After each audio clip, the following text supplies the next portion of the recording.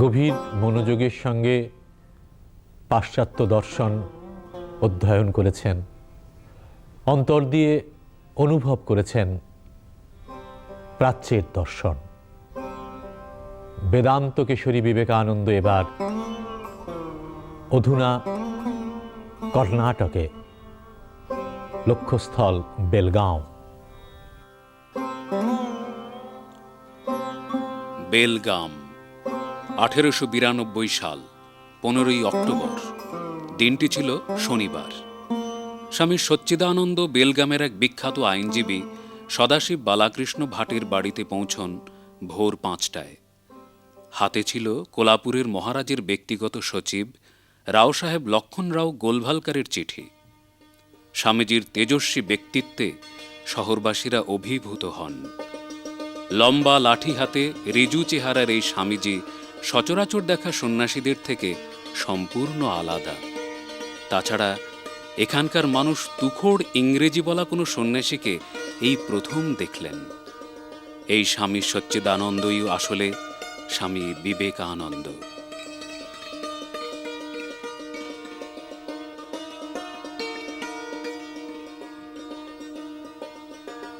ভাটে সাহেবের বাড়িতে স্বামীজি ছিলেন মাত্র 3 দিন।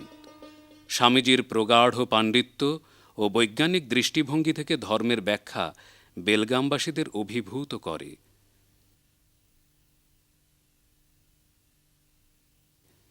3 দিন পর স্বামীজি শহরের এক বাঙালি বাসিন্দা হরিপদ মিত্রের বাড়িতে ওঠেন। হরিপদবাবু পেশায় ছিলেন ডিভিশনাল ফরেস্ট অফিসার। স্বামীজির সংস্পর্শে এসে নাস্তিক হরিপদবাবু হয়ে ওঠেন অনুগত শিষ্য। সেই হরিপদ মিত্রের বাড়ি এখন রামকৃষ্ণ মিশন আশ্রম। ইনি কর্ণাটক ঢুকবার সময় প্রথম এই বেলগামে এসেছিলেন, তারপরে এখান থেকে অন্য জায়গাগুলি গিয়েছিলেন। উনি এসেছিলেন এখানে কোল্লাপুর থেকে। আগে এখানে একজন ভাটে বলে ওর বাড়িতে 3 দিন ছিলেন। ওই 3 দিন যেখানে ছিলেন ওখানে উনি যেই কাঠটা ইউজ করেছিলেন, সেই মিররটা ইউজ করেছিলেন, ওই দুটাও এখনও রাখা হয়েছে, ওটা মনুমেন্ট হয়েছে। তার সঙ্গেই আরেকটা জিনিস, স্বামী বিবেকানন্দ যখন এসেছিলেন ওর কাছে একটা লাঠি ছিল হাতে, সেই লাঠিকেও উনি খুব প্রেম সে এখানে রেখে গিয়েছেন। ওই লাঠিও আমরা খুব যত্ন করে ওটা মনুমেন্টের মতো ওটাও রাখা হয়েছে। অনেক লোক অনেক চারদিক থেকে শুধু এই দেখবার জন্য, দর্শন পাওয়ার জন্য এখানে অনেক লোক আসে। আর তার 3 দিন পরে উনি এলেন এখানে এই হরিপদ মিত্রার বাড়ি।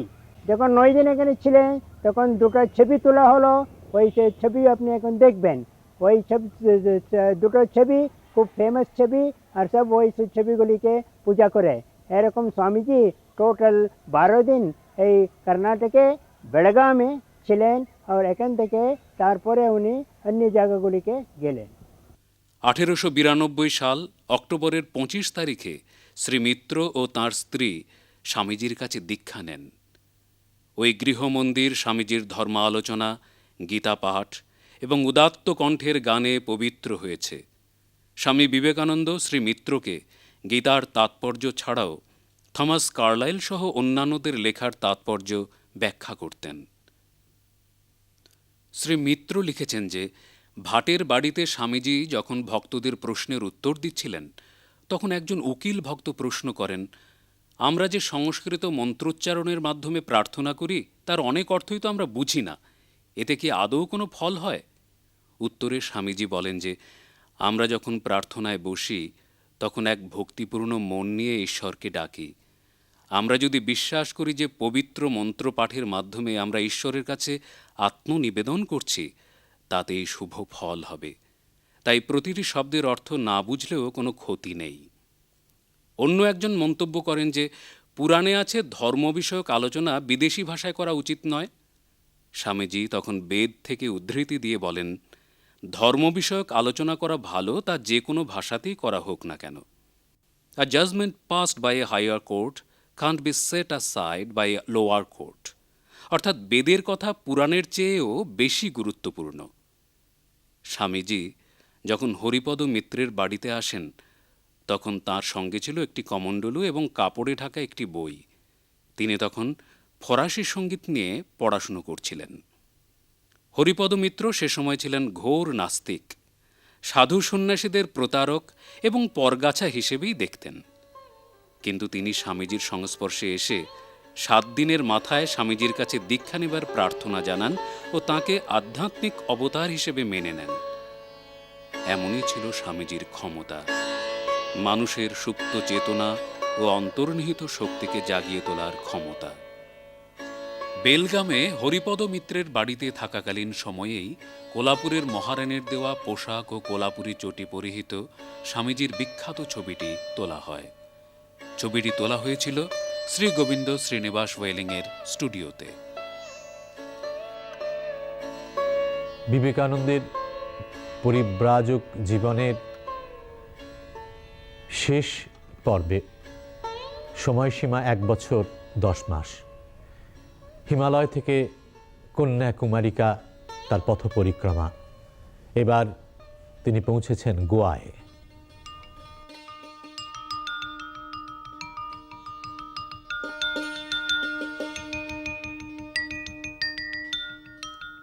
কোলাপুর থেকে স্বামীজি গোয়া পৌঁছন। সেখানে তিনি বিখ্যাত সংস্কৃত ভাষার জ্ঞানী ও আয়ুর্বেদিক চিকিৎসক শ্রী সুব্রায় নায়েকের বাড়িতে আতিথ্য গ্রহণ করেন। শ্রী নায়েক স্বামীজির অসাধারণ বুদ্ধি, গভীর আধ্যাত্মিক জ্ঞান ও ব্যক্তিত্ব দেখে অভিভূত হন।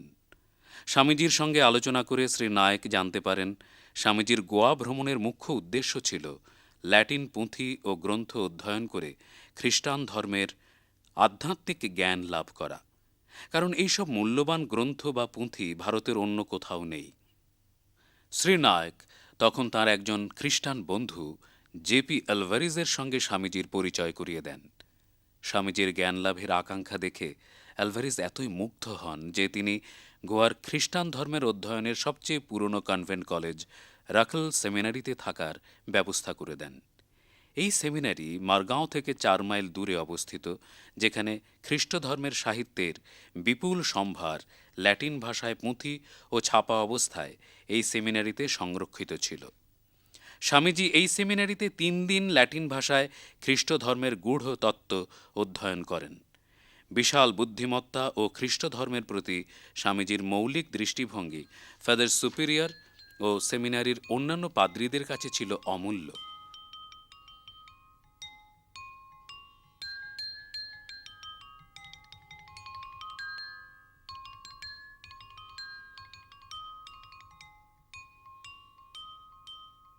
স্বামীজি তাঁর গোয়া দর্শনের সময় পাঞ্জি চার্চও দর্শন করেন।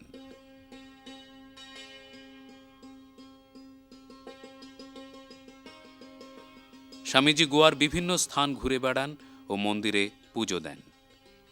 দত্তানায়ক দালালের বই থেকে জানা যায় স্বামীজির আধ্যাত্মিক প্রকাশ ছাড়াও তাঁর সঙ্গীত প্রতিভায় গোয়াবাসীকে বিশেষভাবে প্রভাবিত করে।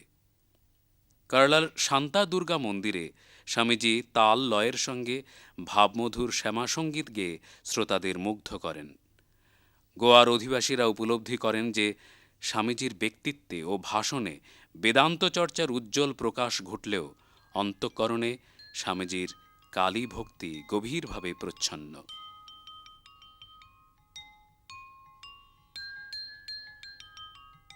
স্বামীজি মহালসা দেবীর মন্দির দর্শন করেন এবং দেবী সমক্ষে খেয়াল পরিবেশন করেন। গোয়া ভ্রমণকালে স্বামীজি মঙ্গেশ মন্দিরও দর্শন করেন এবং রাগাশ্রয়ী শ্রুতিমধুর ধ্রুপদ সঙ্গীত পরিবেশন করেন।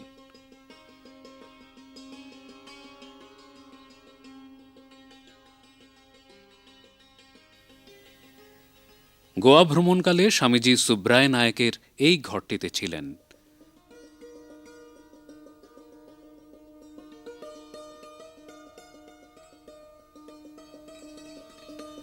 স্বামীজির ব্যবহৃত আসবাবপত্র এবং পুজোর সামগ্রী স্বামীজির পুণ্য স্মৃতি হিসেবে এখনো এই ঘরটিতে সযত্নে রাখা আছে।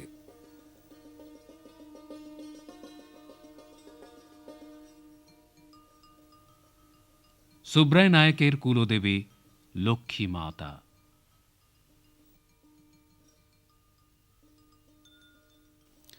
স্বামীজি তার এই ছবিটি নিজে সুব্রায় নায়েককে উপহার দেন। স্বামীজির ভাবধারায় অনুপ্রাণিত সুব্রায় নায়েক পরে সন্ন্যাস গ্রহণ করেন। সন্ন্যাস পর্বে তিনি সুব্রহ্মণ্যনন্দ তীর্থ নামে পরিচিত হন। স্বামীজির এই ছবিটি নায়েক পরিবারের আরাধ্য দেবতা দামোদরের মন্দিরে এখনো রাখা আছে।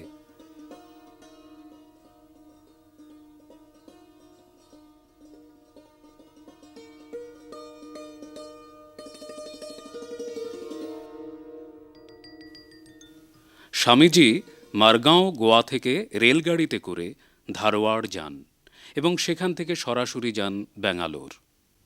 খুব শীঘ্রই মহীশূরের স্টেটের দেওয়ান শ্রী কে শেষাদ্রি আয়ারের সঙ্গে পরিচিত হন। স্বামীজির ব্যক্তিত্বে ও ঐশ্বরিক প্রতিভায় দেওয়ান সাহেব অভিভূত হন। দেওয়ান সাহেবের অনুরোধে স্বামীজি ৩-৪ সপ্তাহের জন্য তাঁর আতিথ্য গ্রহণ করেন। মহীশূরে স্বামীজি মহারাজের অতিথি হিসেবে তাঁর রাজপ্রাসাদে ছিলেন। মহীশূরের মহারাজাও স্বামীজির প্রতিভায় ও ব্যক্তিত্বে মুগ্ধ হন এবং স্বামীজিকে জিজ্ঞাসা করেন তাঁর জন্য তিনি কি করতে পারেন। স্বামীজি এই প্রসঙ্গে তাঁকে বলেন, ভারতবর্ষের সবচেয়ে মূল্যবান সম্পদ এই দেশের দর্শন ও আধ্যাত্মিক জ্ঞান, কিন্তু আমাদের প্রয়োজন রয়েছে বৈজ্ঞানিক ধ্যান ধারণার, যা শুধু সুচিন্তিত সংস্কারের মাধ্যমেই সম্ভব। এই প্রসঙ্গে তিনি মহারাজাকে বলেন, একমাত্র ভারতবর্ষই সারা বিশ্বকে দর্শন ও আধ্যাত্মিকতার জ্ঞান দান করতে পারে। তিনি বেদান্তের বাণী আমেরিকায় প্রচার করার ইচ্ছা প্রকাশ করেন। পাশ্চাত্যের দেশগুলো বিনিময়ে ভারতবর্ষকে কৃষি, শিল্প ও অন্যান্য কারিগরি বিজ্ঞান সম্পর্কে শিক্ষিত করবে। মহারাজা তাঁকে এই মহৎ উদ্দেশ্য সফল করার জন্য প্রয়োজনীয় অর্থের ব্যবস্থা করতে ইচ্ছা প্রকাশ করেন। কিন্তু স্বামীজি তাঁর তীর্থযাত্রা শেষ না হওয়া পর্যন্ত তা গ্রহণ করতে অসমর্থ হন। ব্যাঙ্গালোরের রামকৃষ্ণ মিশনের মঠাধ্যক্ষ জানান, When Swami Vivekananda was roaming about the country as a parivrajaka or a wandering monk, he came to Bangalore. Swamiji যখন পরিব্রাজক হিসেবে ভারতের বিভিন্ন স্থানে ভ্রমণ করছিলেন, তখন তিনি 1892 সালের নভেম্বর মাসে ব্যাঙ্গালোরে আসেন। কথিত আছে তিনি কোনো একটি ধর্মশালায় আশ্রয় নেন। এখন আর সেই সব বাড়ির কোনো অস্তিত্বই নেই। তিনি প্রতিদিন শহরের বাজার এলাকায় যেতেন এবং রাস্তার উপর একটি বাড়ির প্রস্তর খণ্ডের ওপরে বসে কিছুক্ষণ বিশ্রাম নিতেন। বাড়ির মালিক শ্রী সুগাপ্পার সৌভাগ্য হয় স্বামীজির সংস্পর্শে আসার। অবশ্য সুগাপ্পা তখন জানতেন না এই পরিব্রাজক যুবা সন্ন্যাসী স্বামী বিবেকানন্দ, যদিও পুরো পরিবার ওই যুবা সন্ন্যাসীর ব্যক্তিত্ব, জ্ঞান ও তাঁর আধ্যাত্মিক আলোচনায় প্রভাবিত ও মুগ্ধ ছিলেন। পরে যখন স্বামীজি মহীশূরে যান এবং তারও পরে শিকাগোর বক্তৃতার পরে বিখ্যাত হন, যখন তাঁর ছবি সংবাদপত্রে বের হয়, তখন তাঁরা বুঝতে পারলেন সেই যুবা সন্ন্যাসী যিনি তাঁদের বাড়ির সামনে রোজ সাময়িকভাবে বিশ্রাম নিতেন, তিনিই স্বামী বিবেকানন্দ। সেই থেকে সুগাপ্পা পরিবার এই প্রস্তর খণ্ডটি অতি শ্রদ্ধা ও পবিত্রতার সঙ্গে সংরক্ষণ করে আসছেন প্রায় 100 বৎসর ধরে। Swami Vivekananda's visit to Mysore is eventful, very significant. স্বামী বিবেকানন্দের মহীশূর ভ্রমণ ছিল ঘটনাবহুল ও উল্লেখযোগ্য। তার ভ্রমণের মধ্য দিয়ে শুরু হয় মহীশূরের রামকৃষ্ণ বিবেকানন্দের আন্দোলনের সূত্রপাত। ব্যাঙ্গালোরে স্বামীজির পরিচয় হয় মহীশূরের দেওয়ান শ্রী কে শেষাদ্রি আয়ারের সঙ্গে। দেওয়ান স্বামীজির আকর্ষণীয় ব্যক্তিত্ব এবং আধ্যাত্মিক জ্ঞানের গভীরতায় মুগ্ধ হন। দেওয়ান স্বামীজিকে মহীশূরে তাঁর ব্যক্তিগত অতিথি হিসেবে আমন্ত্রণ জানান। স্বামীজি 1892 সালের নভেম্বর মাসে মহীশূরে আসেন।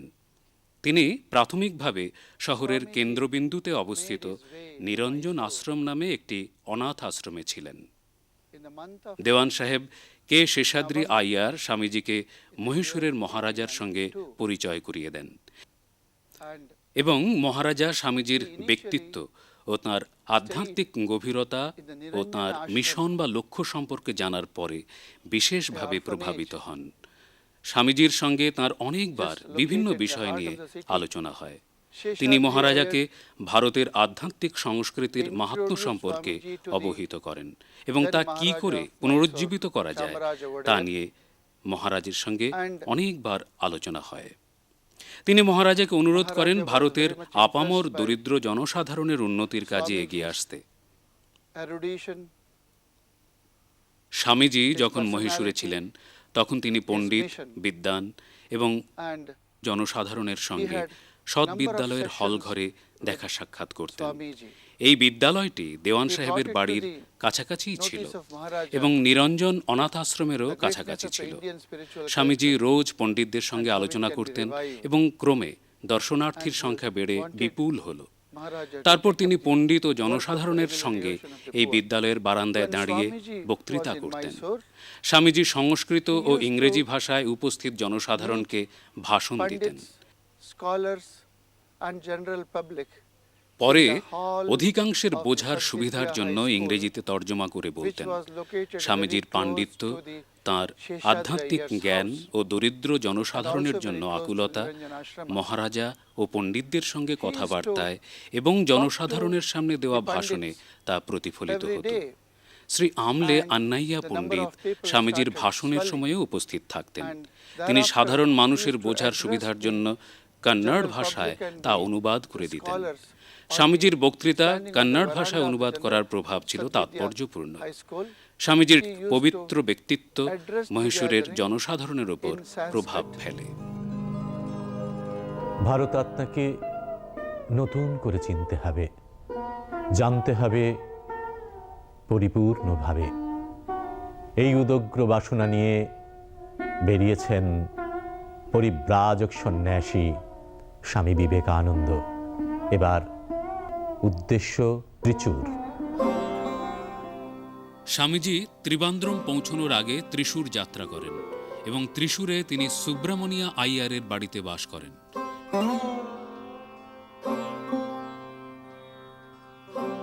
এ প্রসঙ্গে ত্রিশূর রামকৃষ্ণ মিশনের মঠাধ্যক্ষ জানান, On his Parivrajaka days, after visiting Mysore, Swamiji came to Kerala, Trichur. পরিব্রাজক হিসেবে মহীশূরের পরই স্বামীজি ত্রিশূর আসেন। মহীশূরের মহারাজা স্বামীজিকে নানান মূল্যবান উপহার দিতে চাইলে স্বামীজি সেসব গ্রহণ করতে অস্বীকার করেন। মহারাজা স্বামীজিকে বারবার অনুরোধ করলে স্বামীজি মহারাজাকে কেরলের ত্রিশূর যাবার জন্য একটি টিকিট কিনে দিতে বলেন।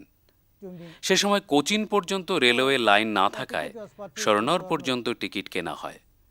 স্বর্ণর নেমে স্বামীজি একটি হোটেলে মধ্যাহ্নভোজ সারেন। এরপর পায়ে হেঁটে সেতু পেরিয়ে স্বামীজি গরুর গাড়িতে চেপে ত্রিদুয়াম বাড়ি শ্রীদশা মন্দির হয়ে ত্রিশূর যান। সেখানে পৌঁছে স্নান করার জন্য কাছাকাছি কোনো পুকুর আছে কিনা জানতে চাইলে এক ভদ্রলোক স্বামীজিকে স্নানাহারের জন্য নিজ বাড়িতে নিয়ে যান। ঘটনাটি 1892 সালের এবং যে ভদ্রলোক স্বামীজিকে নিজ গৃহে আপ্যায়ন করে নিয়ে যান তিনি সুব্রমণিয়া আইয়ার। শ্রী আইয়ারের বাড়ির কুয়োর জলে স্বামীজি স্নান করেন এবং স্নানান্তে কিছুক্ষণ বিশ্রাম নেন। পরে শ্রী আইয়ার দেখেন যে ঠান্ডা লেগে স্বামীজির কাশি ও গলায় কষ্ট হচ্ছে। স্বামীজিকে তিনি সরকারি হাসপাতালে নিয়ে যান। হাসপাতালের রেকর্ড থেকে জানা যায় যে ডাক্তার ডিকসন স্বামীজিকে পরীক্ষা করেন এবং প্রয়োজনীয় ওষুধের নির্দেশ দেন। পরে স্বামীজি বিখ্যাত বড়কুনাথন শিব মন্দির দর্শন করেন। সেখানে স্বামীজি একটি বটগাছের তলায় কিছুক্ষণ বসেন এবং সেখান থেকে তিনি কুড়ঙ্গালুর যান।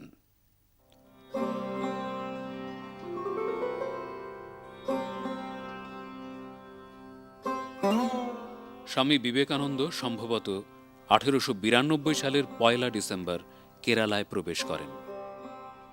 স্বামী বিবেকানন্দের কেরালা ভ্রমণ সম্বন্ধে ত্রিবান্দ্রম রামকৃষ্ণ মঠের অধ্যক্ষ স্বামী লোকহিতানন্দ মহারাজ বলেন, Swami Vivekananda probably entered Kerala about the 1st of December 1892. Swami Vivekananda সম্ভবত 1892 সালের 1 ডিসেম্বর কেরালায় প্রবেশ So করেন। he got down at Shornur তখনকার দিনে and proceeded by চিরনোরে bullock কোনো cart রেলপথ to ছিল Trichy. না। After তিনি spending a সেখান few থেকে days in গরুর গাড়ি Trichy, করে he ত্রিচুর proceeded পৌঁছন। to Kodungalur, সেখানে again কয়েকদিন by কাটাবার bullock পর cart. তিনি He went there to the কোডাঙ্গালুর Kali রওনা temple, হন। but কোডাঙ্গালুর কালী মন্দির ও restrictions, বিদ্যাচর্চার prevented পূর্ণ him ভূমি from হিসেবে entering it. He did বিখ্যাত not ছিল। take any offense. স্বামীজিকে Then he sat Kali down মন্দিরের under a প্রহরী banyan মন্দিরে tree near ঢুকতে the temple. বাধা দেয়।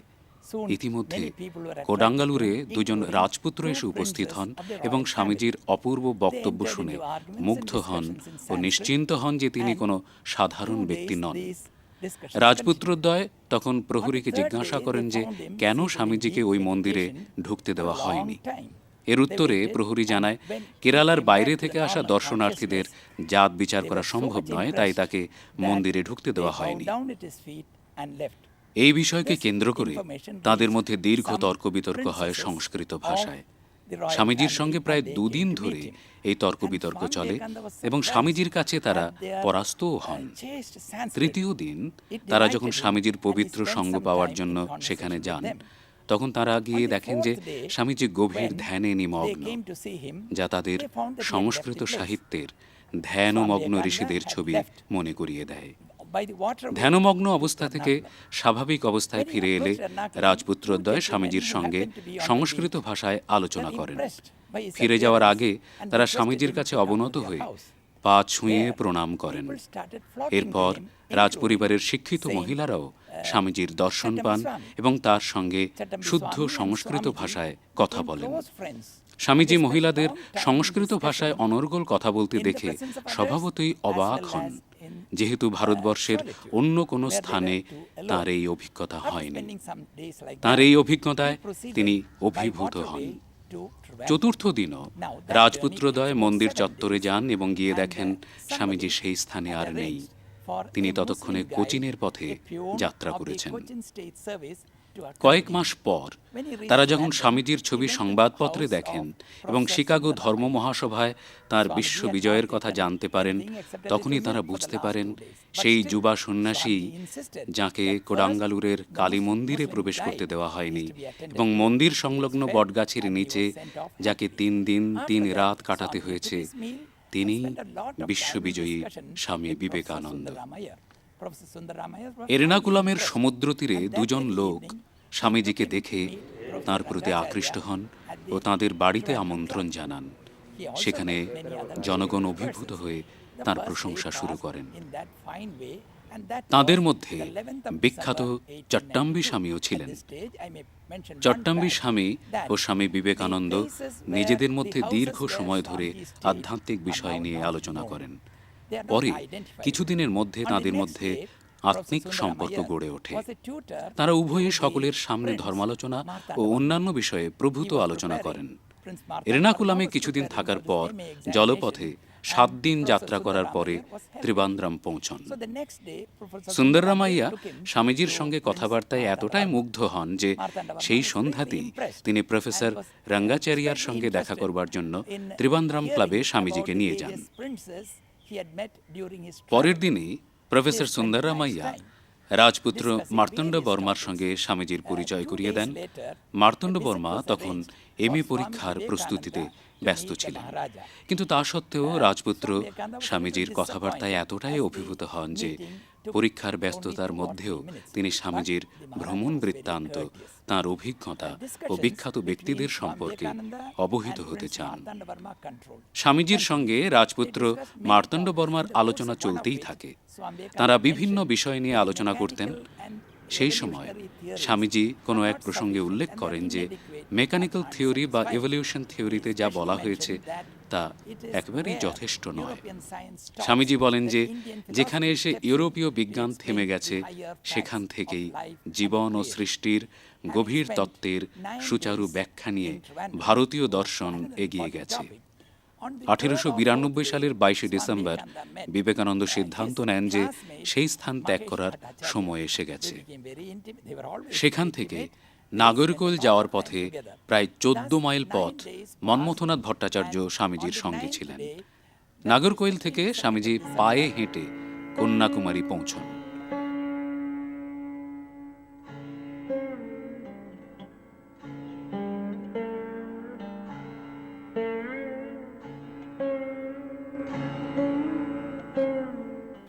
কন্যাকুমারী মন্দির থেকেই তিনি সমুদ্রকূল থেকে একটু দূরে একটি প্রস্তর খণ্ড দেখতে পান ও অভিভূত হন।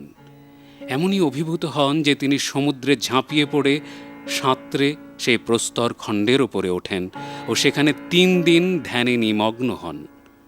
1892 সালের 25, 26 ও 27 ডিসেম্বর এই কন্যাকুমারীতে বসেই তিনি অনুভব করেন ভারতীয় সংস্কৃতির প্রকৃত সম্ভাবনা।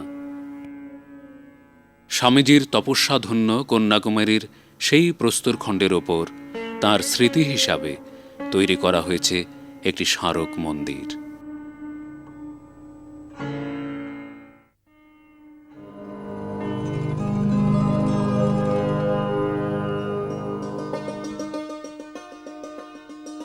স্বামীজি 1897 সালের 26শে জানুয়ারি শ্রীলঙ্কা থেকে ভারতের প্যাম্বানে পৌঁছন। রামনাড়ের রাজা তাকে অভ্যর্থনা করলেন এবং রাজকীয় নৌকোয় নিয়ে এলেন পাম্বান শহরে। বিশাল জনসভায় সম্বর্ধনা জানানো হয় স্বামীজিকে। সভা শেষে রাজা স্বয়ং পার্শ্বদের নিয়ে গাড়ি টানতে লাগলেন। ইতিহাসে বোধহয় এই দৃষ্টান্ত আর কোথাও নেই। পাম্বানে 3 দিন থেকে রামেশ্বরম দর্শনে গেলেন স্বামীজি। অবশ্য বিদেশ যাবার আগেও একবার রামেশ্বরমে গিয়েছিলেন। স্বামীজি রামেশ্বরমে থাকাকালীন রামানাথস্বামী মন্দিরে পুজো দিতেন। মন্দিরের অপূর্ব স্থাপত্য ও পবিত্র পরিবেশ স্বামীজির ধ্যান ও জপের বিশেষ সহায়ক হতো।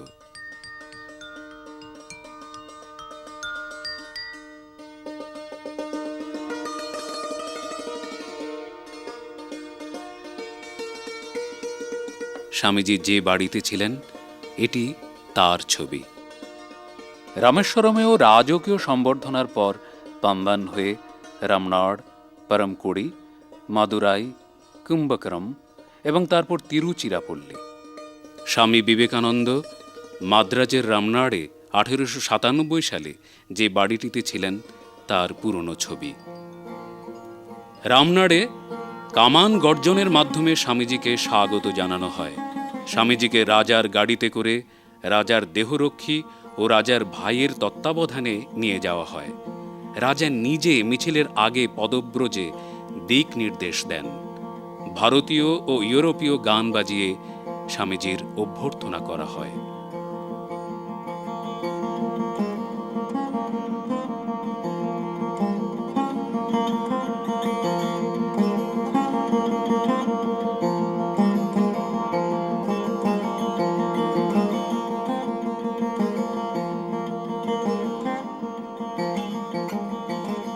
স্বামীজি মাদুরাই শহরে অবস্থিত মীনাক্ষী মন্দির দর্শন করেন মাদ্রাজ ভ্রমণের সময়ে। মন্দিরের অপূর্ব ভাস্কর্য ও পরিবেশ স্বামীজিকে মুগ্ধ করে।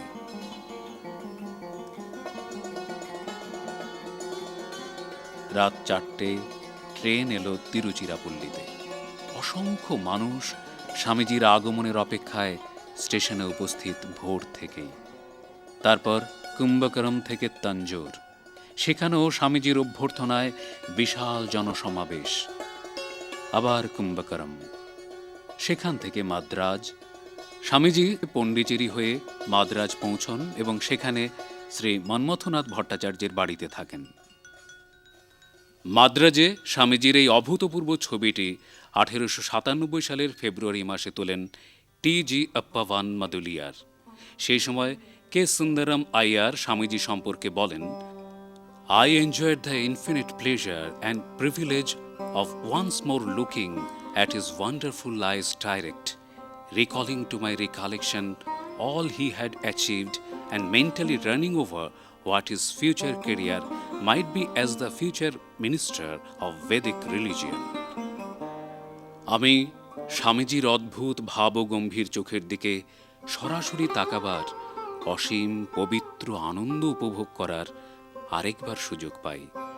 পুরনো স্মৃতি রোমন্থন করে অভিভূত হই এই ভেবে যে স্বামীজি কি অর্জন করেছেন ও ভবিষ্যতে বৈদিক ধর্মের প্রবক্তা হিসেবে তাঁর উজ্জ্বল ভবিষ্যতের কথা ভেবে। মাদ্রাজে স্বামীজি ক্যাসেল কার্নানে ছিলেন। এখন বাড়িটি স্বামী বিবেকানন্দ হাউস নামে পরিচিত।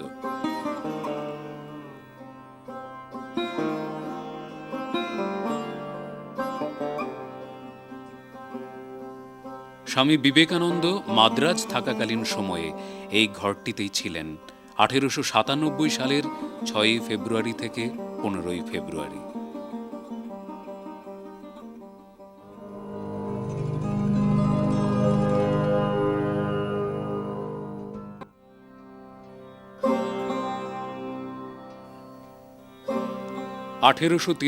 সালের 10 ফেব্রুয়ারি স্বামী বিবেকানন্দ হায়দ্রাবাদ ভ্রমণে যান অল্প কয়েকদিনের জন্য।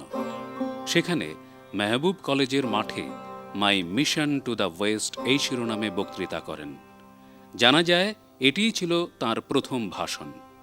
এই বক্তৃতায় তিনি প্রাচীনকালের হিন্দু ধর্মের গুণাগুণ ও হিন্দু সংস্কৃতি ও সমাজের মহত্ব ব্যাখ্যা করেন এবং বৈদিক ও প্রাক বৈদিক ধ্যানধারণা বিশ্লেষণ করেন এবং নিজের মিশন বা লক্ষ্য সম্পর্কে বক্তব্য রাখেন। তার মিশন বা লক্ষ্য মাতৃভূমির পুনরুজ্জীবন থেকে কোনো অংশে কম ছিল না।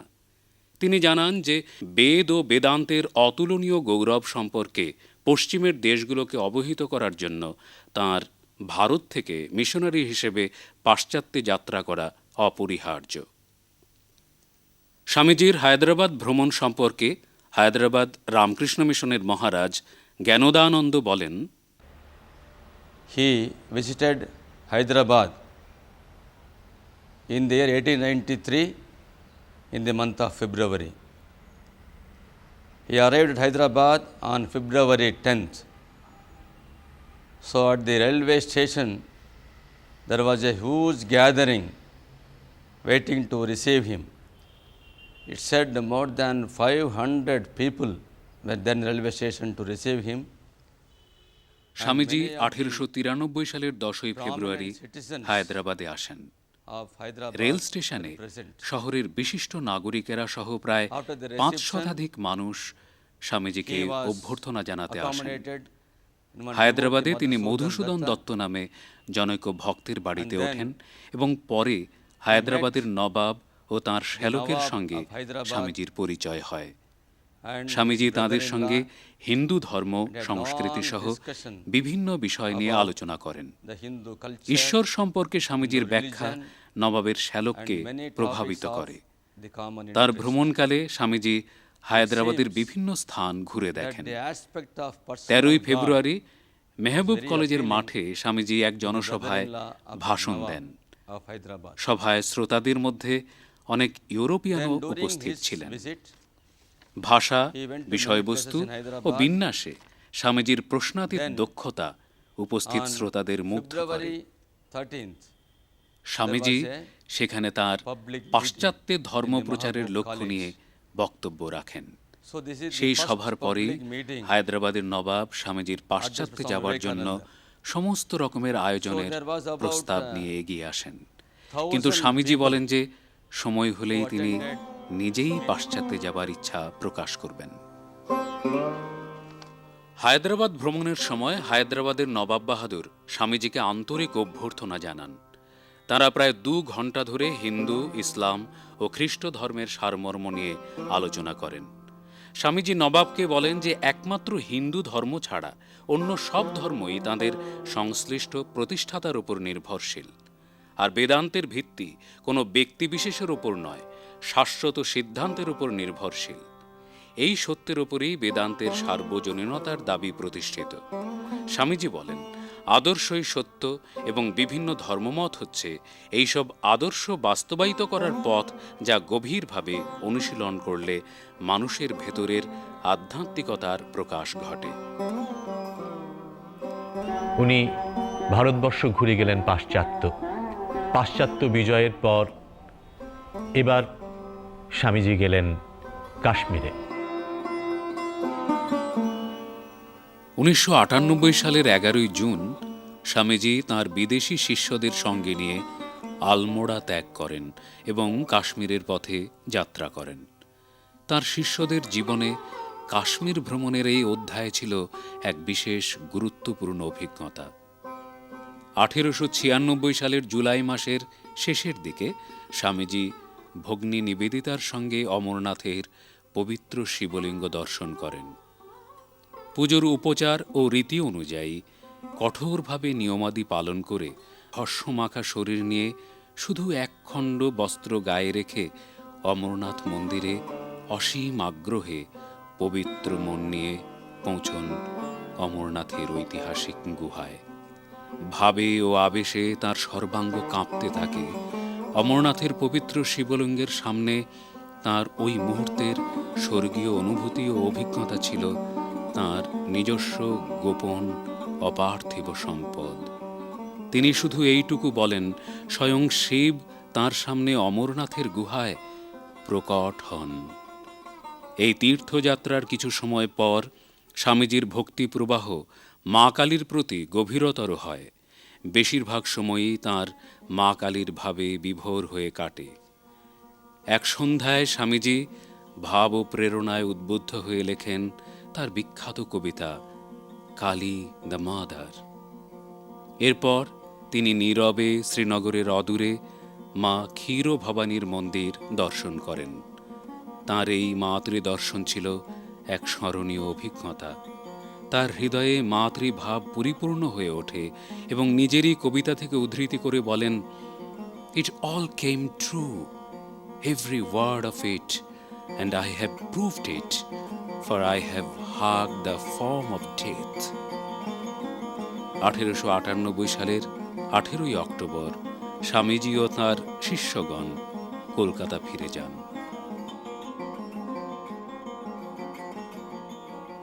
1899 সালে স্বামী বিবেকানন্দ মায়াবতীর অপরূপ নৈসর্গিক সৌন্দর্যের পটভূমিতে স্থাপন করেন তাঁর বহু কাঙ্ক্ষিত অদ্বৈত আশ্রম।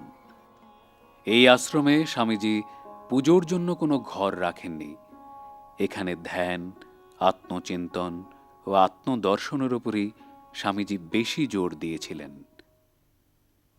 यह अद्वैत आश्रम मायावती स्थित स्वामी जी का विख्यात आश्रम रामकृष्ण मठ और रामकृष्ण मिशन का एक अभिन्न अंग है।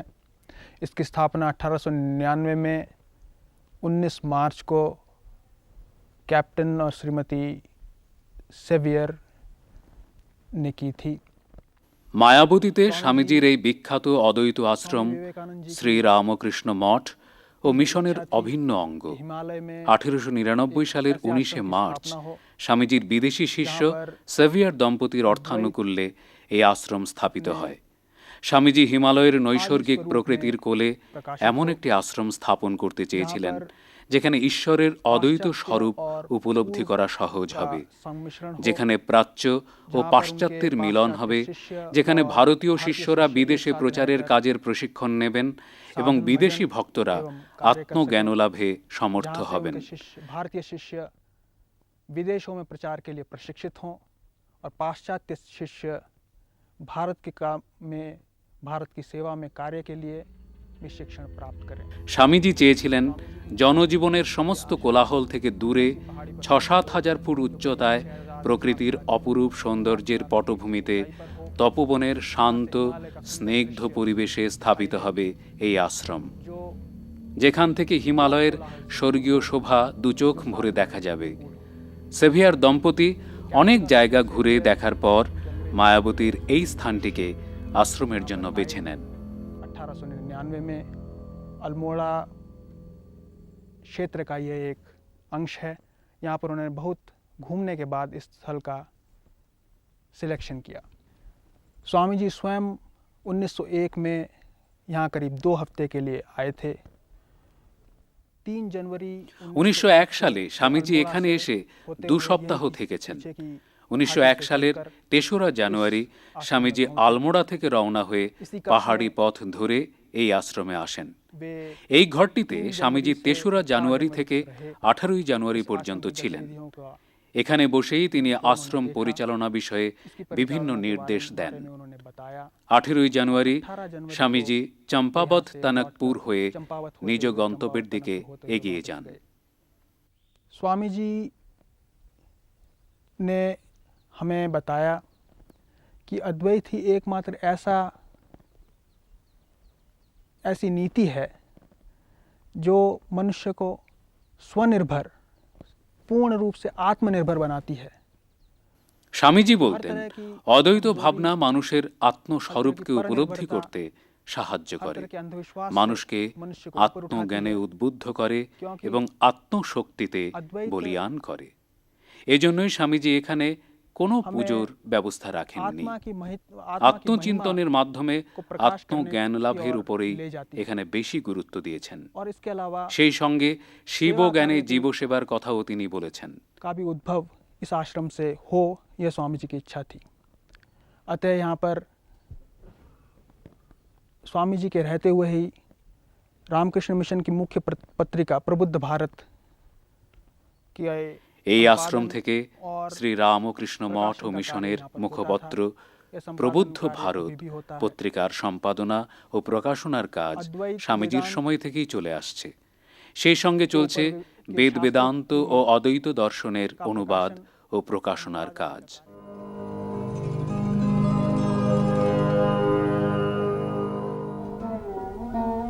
আঠারোশো 63 খ্রিস্টাব্দের 12ই জানুয়ারি থেকে 1902 সালের 4 জুলাই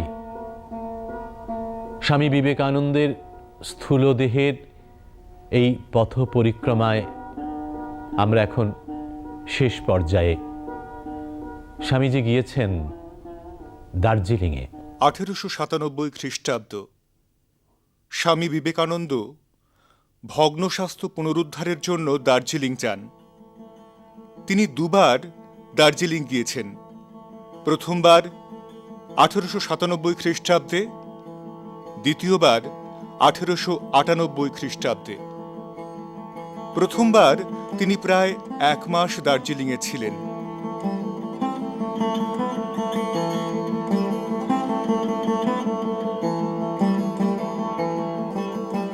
সেই সময় তিনি মেরি হেলকে লেখা তার চিঠিতে জানিয়েছেন, এই দার্জিলিং অতি সুন্দর জায়গা।